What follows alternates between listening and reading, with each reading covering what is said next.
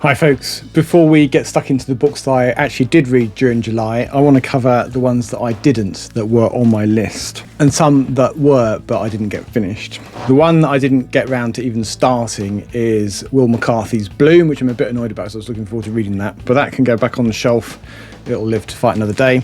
And then I started, but haven't finished quite, Lord of Light by Roger Zelazny, which is pretty good after a slow start, and that will appear in August's reading wrap-up. And then I added into my reading mix for the month of July Surface Detail by Ian M. Banks. That wasn't on my planned TBR list. I've been listening to it on audiobook. I haven't finished it. I probably will finish it in August, but that is on my radar too. And then there was one book that I got about, 25% through and then bounced off it really hard, which was Deep Will Orcadia by Harry Josephine Giles, which I'm a bit sad about because I was really looking forward to it. I'd heard really good things, but in summary, I had no idea what was going on. The book structure is that there are two pieces of prose, one at the top, one at the bottom. The one at the top is in Orcadian dialect, Orcadian being the local dialect of the Orkney Islands, which are off the coast of Scotland, 100 miles or so off the coast.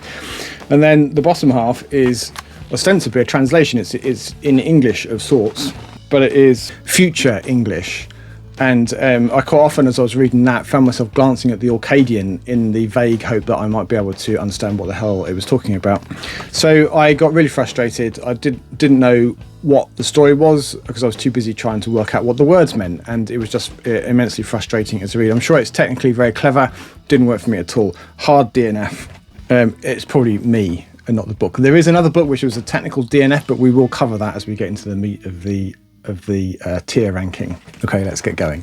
For the first of my July reads, I chose False Dawn by Chelsea Quinn Yarbro, and this is a very, very bleak book. And I think if you're a fan of Cormac McCarthy's The Road, then you'll also like this book and you should seek it out, I think.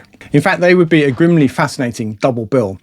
In False Dawn, the world has gone to rack and ruin, chiefly due to pollution and other man-made impacts on the environment. Society broke down a decade or two back from the story, and what's left are scattered groups of hardy survivors and marauding bands of pirates, so-called, bent on rape, death and destruction, as they scavenge for supplies to stay alive themselves. We have a pair of protagonists, Thea and Evan, who pair up. And I like the fact that Thea is not some helpless, swooning female in need of protection. She can handle herself, and she is just as much a survivor, with all that entails to this point, 20 years after things started to go south, as Evan. She is, though, the victim of a violent rape early in the book by a roving pirate, and this does affect her developing relationship with Evan. They are travelling as a pair, and they're seeking the Gold Lake, where they believe a safe community exists. False Dawn tells the story of their journey, their many travails along the way. The descriptions of the ravaged and still deteriorating world, the resulting mutations of animal, plant, and yes, human life are morbidly fascinating, I found. Yarbro's writing is taut as a drum. The story moves along quickly and it's done in 200 pages. It is a highly satisfying read from a quality point of view. And if you've been paying attention, you'll know that I do like a good dose of apocalypse in my reading from time to time. And I am very happy to have added False Dawn to my list of favourites. As I say, there are many parallels to The Road, and I wonder idly if McCarthy was at all influenced by it. I love this book and I give False Dawn 9 out of 10. It's a galactic gem. Next, I read Daughter of Eden by Chris Beckett, which is the third instalment of the Eden trilogy. This one is set just a few years after the events of Book 2, Mother of Eden. The John folk across the water have gotten more warlike and are bent on invading the David folk territory. And the main point of view character in this book is Angie, who's the mutant, bat-faced friend of the beautiful Starlight, who was the protagonist of Book 2. We get flashbacks of Angie's time with Mary, who's a shadow speaker, a sort of priest of a developing religion, based on the supposed sayings and continued messages of Jella or Angela, the female ancestor of every single person on the planet. Mary does the whole parlour trick of hearing Jella's voice, which of course only she can hear, and then conveying these messages to the gullible people. To all of that, she does add a good dose of compassion and empathy. And then back in the present, Angie and her village are fleeing the invading forces, seeking refuge across the dark in Circle Valley, scene of most of Book 1, the original settlement on the site of the landing. I really enjoyed being back in this world for the final time. The world building continues to be excellent. Beckett throws a massive spanner in the works later in the book by having a small contingent from Earth arrive. This is mentioned on the blurb on the cover, so I'm not giving anything away. They present several obvious contradictions to receive wisdom, the varying dogma of every faction. While everyone is pleased and amazed to see the research crew, things quickly go south when they start introducing facts into the belief system. This series will be making its way into my top 10 science fiction series whenever I get round to revisiting that list. I recommend. I give The Daughter of Eden 9 out of 10. It's another galactic gem. It's a pretty strong start to the month of July, I think. On audiobook, I finished The Stars, My Destination, or Tiger Tiger by Alfred Bester, if you prefer. I've somehow avoided reading this book in the last 40 years, but I have finally got around to it. As most of you probably already know, this is a classic of science fiction. It's almost 70 years old at this point. Alfred Bester once again imagines a world in which humans have extraordinary abilities. In The Demolished Man, it was telepathy, and in this book, it's the ability to jaunt or to teleport by the power of the mind alone. Gully Foyle is the protagonist, a fairly unlikable character, initially full of low cunning and spite. Gully was apparently, anyway, shipwrecked, stranded in space for months, barely surviving until rescue arrives in the form of a passing ship, the Vorga. But no, Gully is left to die in space, and he swears revenge on the Vorga and its crew. The rest of the book is his search for the truth and a personal journey for him. I was struck by a few similarities to Flowers for Algernon, in that whilst Gully's raw intelligence doesn't change in the same way that Charlie's does in Flowers for Algernon, he does make increasingly smart use of his own intelligence as the story progresses. He has to control his emotions and find better ways to extract information, better than brutal torture anyway, and he has to operate in high society and be civilised. Gully is a hunted man, but not because of the trail of rape and death that he leaves behind him in his search for the crew of the Vorga. Things are not as simple as Gully thought. Are they ever? An apparently straightforward tale of revenge becomes in fact one of conspiracy spanning the solar system, involving secret weapons, the ultra-rich, more telepaths, and secret abilities that Gully doesn't even know he possesses. I enjoyed the way that the story developed, the hidden layers that are revealed along the way, and I enjoyed the way that Gully gets a grip on his personality, or just about, as the book progresses. On the downside, I didn't think much of the audio book presentation in this case. I didn't find the narrator at all engaging, and it does make quite a bit of difference to my enjoyment levels when I'm listening. However, I do give The Stars My Destination 8 out of 10. It's a stellar splendour. Having bounced really hard off of Deep Wheel Orcadia, unfortunately, I decided to insert into my reading plans another small volume, a novella by Adam Roberts, The Man Who Would Be King, or that's what I thought it was called, including whilst I was reading it and for a few weeks afterwards. And that was until I realised that, importantly, it's actually called The Man Who Would Be Kling. There's an L in there, Kling, like Klingon, a detail that would have helped to know when I was reading it. This is a swift read, really. It's not much more than a substantial short story. The setting is Afghanistan, specifically the Afghani zone, an area of oddness which kills all who enter it. Harking back to the original Rudyard Kipling story of a similar name up to a point, in science fiction terms, this was a mashup for me of something like Roadside Picnic or Jeff Vandermeer's Southern Reach books, with a healthy dose of Star Trek, bizarrely, which is where the titular Kling comes in. The premise is that if all humans that enter the Afghani zone die, what happens if a non-human enters? And what defines non-human? If two people are such serious Trekkie cosplayers, even to the extent of getting suitable body alterations, so much so that they believe they are in fact Klingon or Vulcan, can they prevail? It's an odd little book. I did enjoy the strangeness of the zone, which we only see in snippets and hints. And I think if I'd read this in a short story collection or an anthology, I would have been perfectly happy and moved on to the next one. Isolated like this on its own, I do think I was left a little bit wanting. I give The Man Who Would Be Kling 6.5 out of 10, a nebulous narrative. Next was A Case of Conscience by James Blish, and this book is split into two halves. Part one was interesting. We're on Lithia, which is an inhabited exoplanet with a 4-person UN assessment team who have the job of deciding whether or not the planet is suitable for a treaty, for human settlement, for resource exploitation, or if it should be cordoned off and ignored. All are scientists of one type or another, but one is also a Jesuit priest. The local aliens are reptilian, kind of your standard issue 12-foot lizard alien, and their society functions very well. They're clearly intelligent, logical, kind creatures, and they learn fast, and they are at peace. So far, so good, you would think. But the issue from the priest's perspective is that they don't have any religion, no God. They don't believe in God or gods. It doesn't occur to them that there might be such a thing.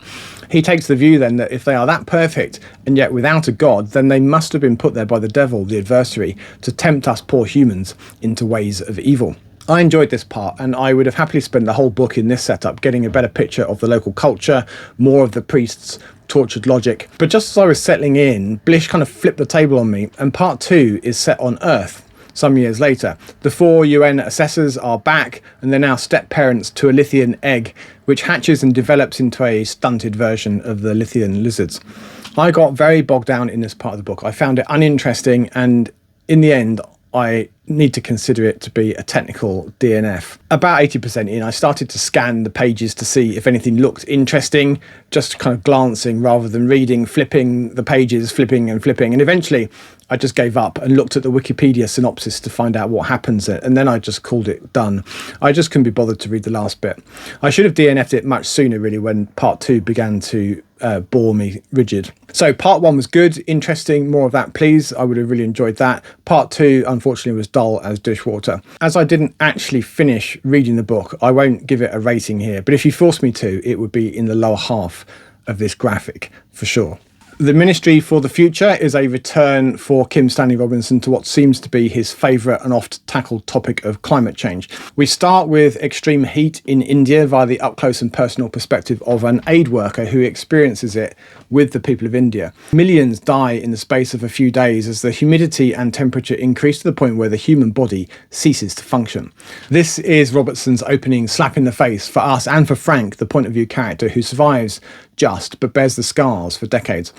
I thought that this was a strong start, but then the book kind of tailed off for me slowly. I generally like Robinson's writing. He can certainly be dry and nerdy, but in my experience, his character and plot work are just sufficient to leaven the wonky detail, but not so much for the Ministry of the Future. It's almost all nerdy detail and insufficiently compelling from a plot and character point of view. I mean, I did finish it. It wasn't DNF worthy in my view. And I did enjoy some of the big science, the major projects to lessen the impact of climate change. There was some typically Robinson kind of big geoengineering to put the brakes on the glacier flows. There was some atmospheric messing around to drop the temperature, and even some official, unofficial eco-terrorism to accelerate the switch away from fossil fuel and other major polluters. Overall, whilst there were things to enjoy, I was disappointed, I think. And actually, those big engineering projects reminded me a lot of Red Mars by the same author, which is basically a story of terraforming the surface of Mars. And there were much more compelling characters and through plot points for that to keep me engaged. And although some people think that's a dry book, it was a lot less dry than this one, unfortunately. So overall, whilst there were things to enjoy, I was disappointed, I think. I give The Ministry of the Future 6 out of 10, a nebulous narrative. Next, I finished Kingdoms of Death by Christopher Ruocchio, the man that can do no wrong, or can he? This is book 4 of Sun Eater, a series that regular viewers will know that I've been enjoying immensely this year.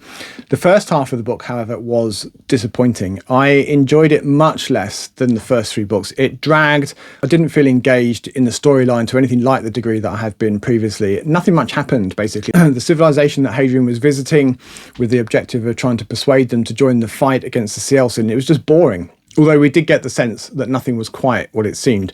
So far, so mediocre, certainly compared to the previous few books, which are all 9 out of 10s or better for me. Fortunately for me, and for us all perhaps, Kingdoms of Death picks up significantly in the second half of the book. The sense of things not quite being what it seemed was resolved, and Hadrian goes through years of trials and tribulations at the hands of his deadly enemies. Whilst we know that Hadrian has plot armour, it's him telling the story after all, it's easy to forget that in this book. He is really put through the ringer. And as for the people that he loves, his closest companions, let's just say that Ruocchio does not hold back this time. Nothing is sacred. I was reminded of George R.R. Martin in the deadly core character violence that Ruocchio suddenly seems comfortable dishing out. Red Wedding, eat your heart out. Overall, the second half salvaged the book for me, taking it to an 8 out of 10, a stellar splendour. Next, I read Robopocalypse by Daniel H. Wilson, and I had no expectations for this book other than it might be a bit of fun holiday reading, and it certainly hit the mark on that front. It's no literary masterpiece, and one might argue that it's a straight copy of World War Z by Max Brooks. Just replace the zombies with robots of various kinds and you're more or less there. Just like World War Z, Robopocalypse is made up of fairly short vignettes, the journalistic equivalent of found footage, individual survivors' experience, whether they're human or robot, of the robot war on humanity. It was entertaining enough and it moves along at a good clip. I didn't need to engage my brain too much and I had fun while I was there, but it was fairly forgettable stuff. I think I'm right in saying that there's at least one sequel. It did exactly what I needed it to on holiday, but it was good, not great. I give Robopocalypse a perfectly okay 7 out of 10, a planetary pleasure. My next vacation read was Trading in Danger by Elizabeth Moon, which is the first in the 5-book Vatta's War series. I've read one of Elizabeth Moon's book before now, Remnant Population, which I read last year, and I enjoyed it very much. And I've had lots of people tell me how much they rate Vatta's War, so I was looking forward to reading this. We follow Clara Vatta as she gets booted out of the Space Force Academy for what seemed like fairly trivial reasons very early on in the book. Her wealthy trading family encourage her to join the company firm, giving her an old ship to skipper on its final voyage to the breaker's yard. Kai is ambitious and still smarting from her sudden exit from the academy. She has things to prove, not least to herself. She gets into all manner of bother, getting caught up in an invasion, a hostage-taking situation, and a mutiny, to name just a few of the challenges that she must overcome. In many respects, this is a familiar story. A young, promising protagonist put in charge, having to prove themselves to their family and to their crew. And there are obvious parallels to David Webber's Honor Harrington series, but I think the Moon books are better written. She's an ex-Marine, and I think her military experience shows in the writing of those scenes. It is true to say that at least in book 1, that they are less overtly military than the Webber books, but I think there's more of that to come in the later books. Anyway, I like the lead character. I thought I liked the world building, and I thought that the sense of peril was well done, and I'm interested enough to read the next book. I give Trading in Danger 8 out of 10, a stellar splendour. Next up was Record of a Spaceborn Fe, which is the 3rd book in the loosely connected Wayfarer series by Becky Chamber. I really enjoyed the first 2. In fact, I was surprised by how much I enjoyed them. So I was keen to read this one, and sadly, it just wasn't as good as the other 2. There wasn't much in the way of plot in the first 2 books, but the character work, the found family vibe, the interesting aliens, the relationships, all of that stuff more than made up for it. So I wasn't expecting plot in this book either, but sadly, the saving graces of the other 2 books are either missing entirely in this one or just much less strong. In this book, we're back in the Exodon fleet, the increasingly aged and decrepit spaceships in which a surviving chunk of the human race took flight many years ago. For hundreds of years, that fleet has been their home. The fleet is mentioned in passing in the first 2 books, but all of the action takes place elsewhere in those. I did quite enjoy some of the aspects of daily life described in this book. There were glimpses of how families work. I liked the descriptions of the funeral rites and the accompanying processes and rituals that surround death in this community. But in general, there just wasn't enough to hold my interest. I didn't hate it, but I was disappointed compared to the earlier books. I gave Record of a Spaceborn Fe 5 out of 10, a nebulous narrative. Frankenstein Unbound was my next book by Brian Aldiss. Our protagonist, Joseph Bodenland, is a retired political operator, an advisor to the president, in fact, in the mid-21st century at some point. Minding his own business at home in semi-retirement, a chunk of his own land disappears into some past age for 20 minutes. Intrigued, he lies in wait for another opportunity, another time slip, to see the sights of a past era. Success, he gets transported to 19th century Switzerland, but this is no brief trip. He's kind of trapped. There ensues a lot of goings on with Byron, Shelley and Mary-to-be Shelley, who are holed up nearby. And in this world, Mary's Frankenstein character and his creation, actually creations plural, are real, and Bodenland gets mixed up in much shenanigans. I found I was much more interested in the physical and geological impacts of the time slips and really not very interested in the Shelley Frankenstein elements. In one interesting scene, a large chunk of Geneva, or is it Zurich, some Swiss city anyway, is transported elsewhere, leaving a bunch of lake to flood the town, including the prison in which Bodenland is incarcerated at the time. I wanted to know where the rest of the lake went. Where and when did the land which replaced it come from, and by what mechanism? It was very well written, of course. It is Brian Aldiss after all, but I just wasn't engaged that much in the story. I give Frankenstein Unbound 6 out of 10, also a nebulous narrative. Next was The House of Rumour by Jake Arnott, which is from 2012. Now, how best to describe this book? It covers a lot of bases. We got conspiracy, espionage, publishing, deception, the occult, and cults. And having read it, I don't know that I would call this science fiction really, although I think that is how it's filed, if you like, on the bookshelves. House of Rumours doesn't really have a through plot. The book has an unusual structure with 21 chapters or vignettes, each themed based on one of the 21 main sequence tarot cards. Each is scattered liberally through about 80 or 90 years of history, starting in the 1930s golden age of science fiction, where we meet two aspiring authors, one of whom, Larry, has an unreciprocated thing with Mary Lou. Each of the sections is loosely connected, sometimes very tenuously, to at least one other vignette, usually via one or more characters. And like I say, there's no plot as such. The joy of this unusual book is more in the strange blend of history and mythology, truth and deception, reality and perception, the rational and the occult of bluff and double bluff, the certain and the ambiguous, the fictional characters and the real-life personalities. For example, we come across Ian Fleming, Robert A. Heinlein, Jim Jones even of the Jonestown Massacre, L. Ron Hubbard. Some real people are played straight as they might have been in history or seem to be to me. Some are actively involved in the story, but are those events historical or invented? There are spies with hidden proclivities, transvestites, prostitutes, UFOs, Cubans, communists of other stripes, rocket scientists, authors and agents, TV executives, hippies, and you name it. Throughout, I had absolutely no idea where it was going, nor did I realise until after I'd finished reading it that the structure and themes were based on the tarot deck. Despite all of that and my occasional confusion, I very much enjoyed my time in this book, but I'm struggling to tell you why. I think I just liked it. So there, I give House of Rumours 8 out of 10. It's a stellar splendour. And that's everything that I finished in July. A pretty good month for me, I think, much helped by a couple of weeks of vacation. My book of the month is therefore a toss-up between False Dawn and Daughter of Eden, both of which are 9s out of 10s. I could just flip a coin, but I think that False Dawn just edges Daughter of Eden for book of the month for me. I really enjoyed Chelsea Quinn Yarbro's writing, and I'm a sucker for The End of the World. As always, thank you for watching, and until next time, goodbye for now.